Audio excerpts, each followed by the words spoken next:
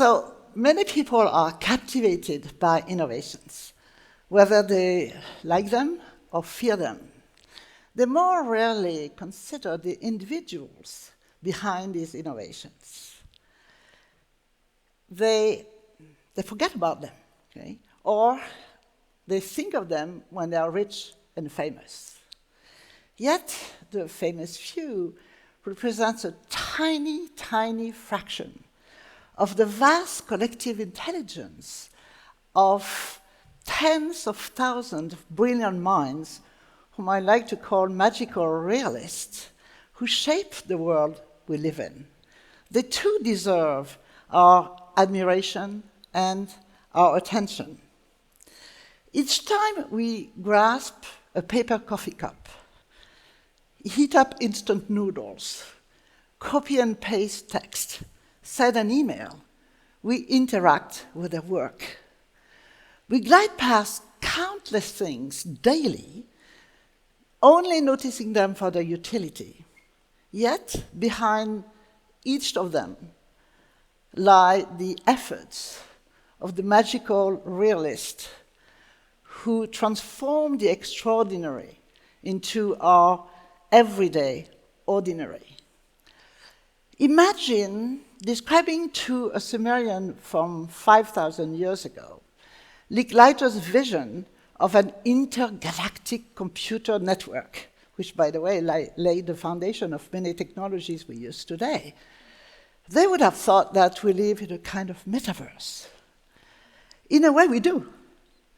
Our world is an immense book of human-made artifacts, continuously rewritten by magical realists we don't even know about or have simply forgotten. There may be a few of them around you in your family or your social circle. They are unlikely to make the headline, yet they may be trailblazers in the strict sense of the term.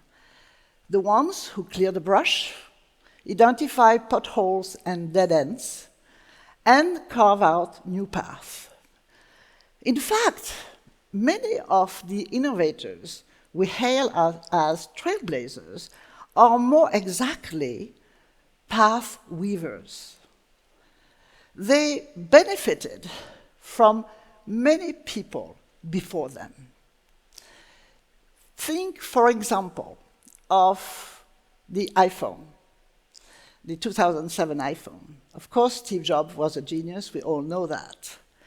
But he owes a lot to the pioneers behind PDAs, personal digital assistants, and pre-smartphone devices. He benefited from hundreds of innovators whose technology were integrated in the iPhone. One of them is the thin sheet glass, now known as Gorilla Glass, that protects many of our portable devices today. It was created in the 1960s for the automotive industry and failed to gain traction. It was created by material scientists at Corning and first woman PhD there, Ellen Mochel. You never heard about her. So we cannot attribute the failure of some trailblazers to achieve iconic status to things like being in the wrong team or having created the wrong team, not having the right business plan, not having the right, not doing the right market research, or executing poorly. These factors can play a role, of course, but we must also acknowledge that our world complexity can defy the neat formulas taught in MBA classes and business books. I did experience this firsthand as a serial CEO and while helping countless, multiple companies of all sizes. And that's why, yes, I wrote Beyond Eureka recently, which I subtitled The Rocky Roads to Innovating. Creating and running a company is one thing. Being innovative is a whole different story, and it's hard. Trailblazers experience the world's intricacies head-on. Here's a short list of them. So, when we start, we want to start at the right time. So, right timing is kind of the Bible for all entrepreneurs. PDA started at the right time. It was the time of miniaturization of personal computers. They were completely right to do this. Except that as they progressed, the other areas, technology and societal areas, were advancing, like mobile telephonies, like new expectation from users to have different type of features, or to have a smooth integration between PDAs and PCs, and the rapid adoption of internet. So 15 years later, the iPhone was able to harmonize these layers that had evolved separately and at different speeds. So you may start at the right time, except that under the grander scheme of things, the right time may not be that perfect, especially if you have to confront persistent beliefs and entrenched habits. Consider the 50 years between the first published paper on intrauterine devices, published in Germany in 1909, and the FDA approval in 1960 of the first oral contraceptive. Since day one, contraception was mired into deep ideological debate. When Frank Colton synthesized the progestin norothianodrol in 1952, the company G.D. Searle hesitated to venture into this minefield, fearing that opponents would boycott their other products. Breaking through ideological layers can require a lot of patience and a lot of courage. And in fact, most of the time, trailblazers don't break through anything, they hit a wall. An example would be the one of Charles Drew, who was an American surgeon who created the very first very large blood banks that saved the lives of thousands of people during World War II. But he was unable to end the practice of racial segregation in blood donation. This led him to resign from the American Red Cross that maintained this practice until 1950.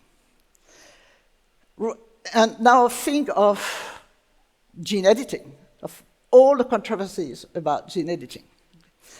But roadblocks are not limited to life-sensitive topics. They can arise each time you touch entrenched habits, and even small ones. The absence of a keyboard, physical keyboard on the iPhone, unsettled existing habits and unsettled many, many users. And they were not idiotic. They were simply used to something else. So persistent belief, entrenched habit die hard.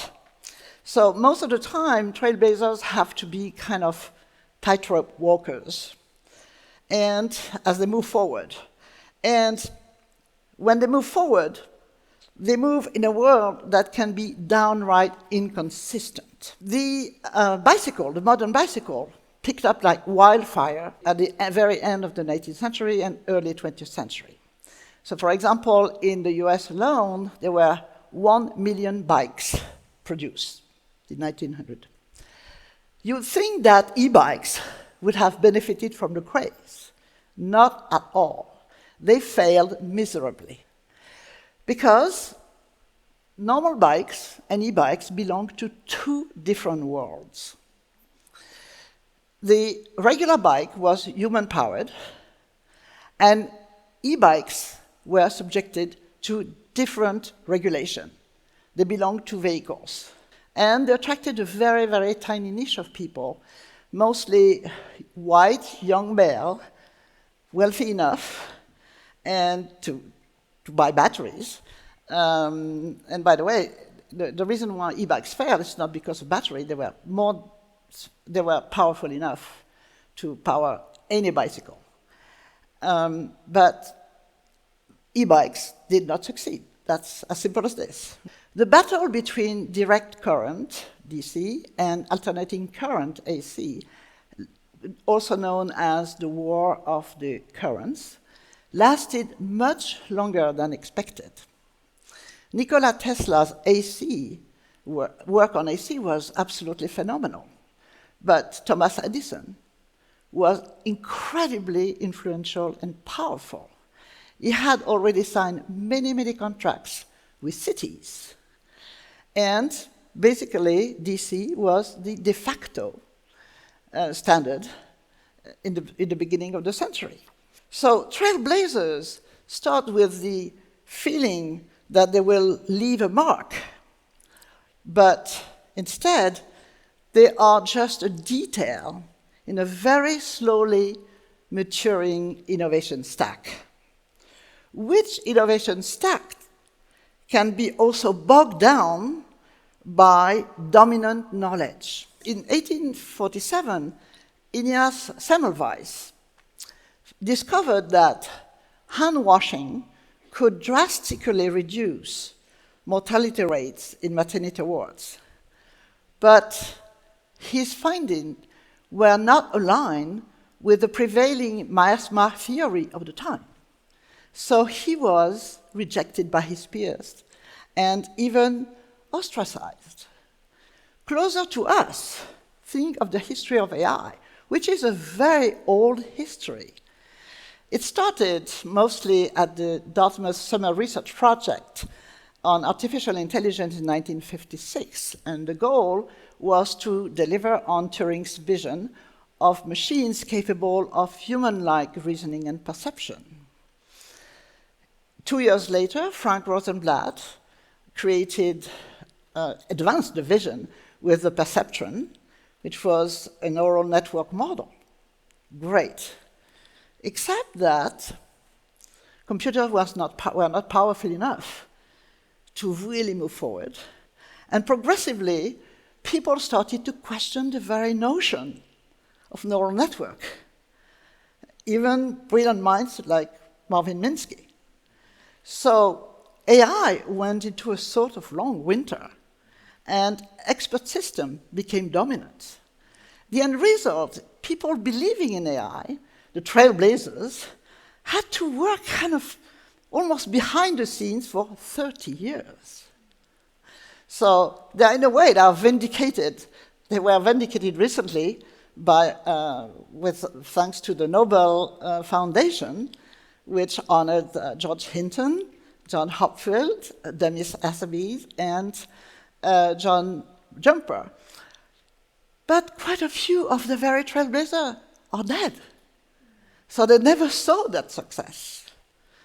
So of course today, AI is on everybody's lips, which may mean a different challenge for Trailblazers.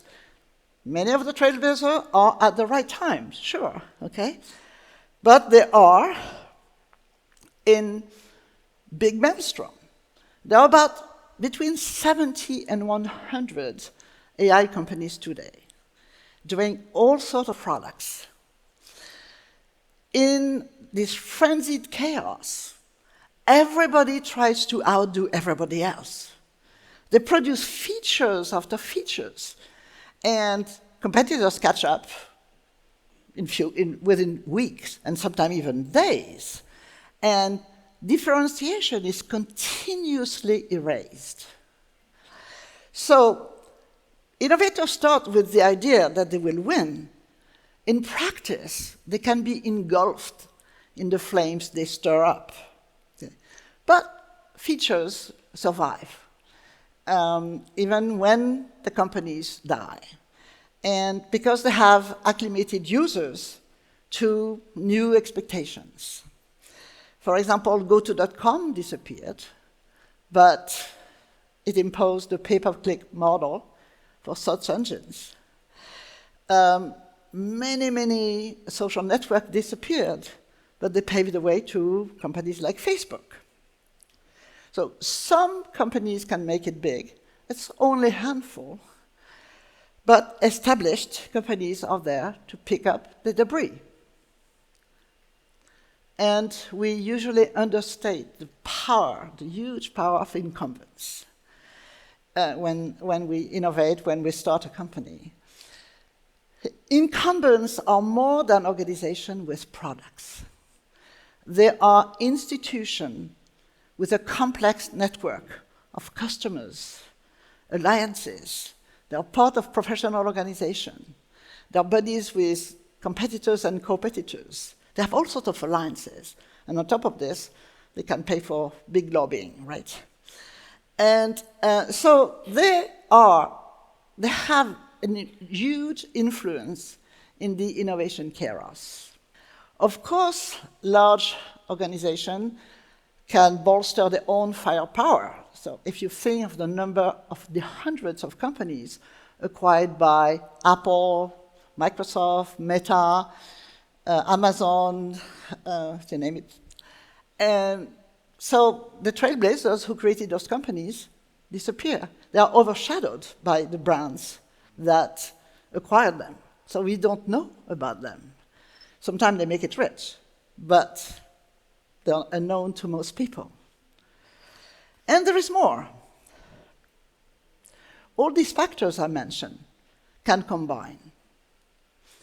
And with many, many other factors, like political factors.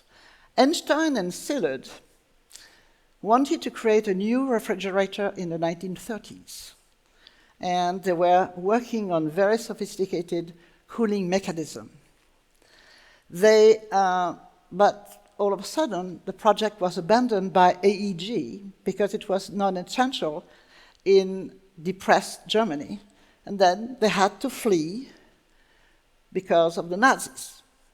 The world is never as future-ready as Trailblazers would like it to be. In fact, it's a gigantic status quo. I would say a gigantic chameleon that defends itself constantly. That's why it's so hard to innovate. So Trailblazers do live in precarious situations. Sometimes they perform magic, sometimes they can't. But regardless of the dent they make in the universe, to paraphrase Steve Jobs' expression, even if they fail, they still meaningfully contribute to the world. That's why, once again, I urge you to pay attention to the magical realists you encounter and support them to the best of your abilities. Thank you.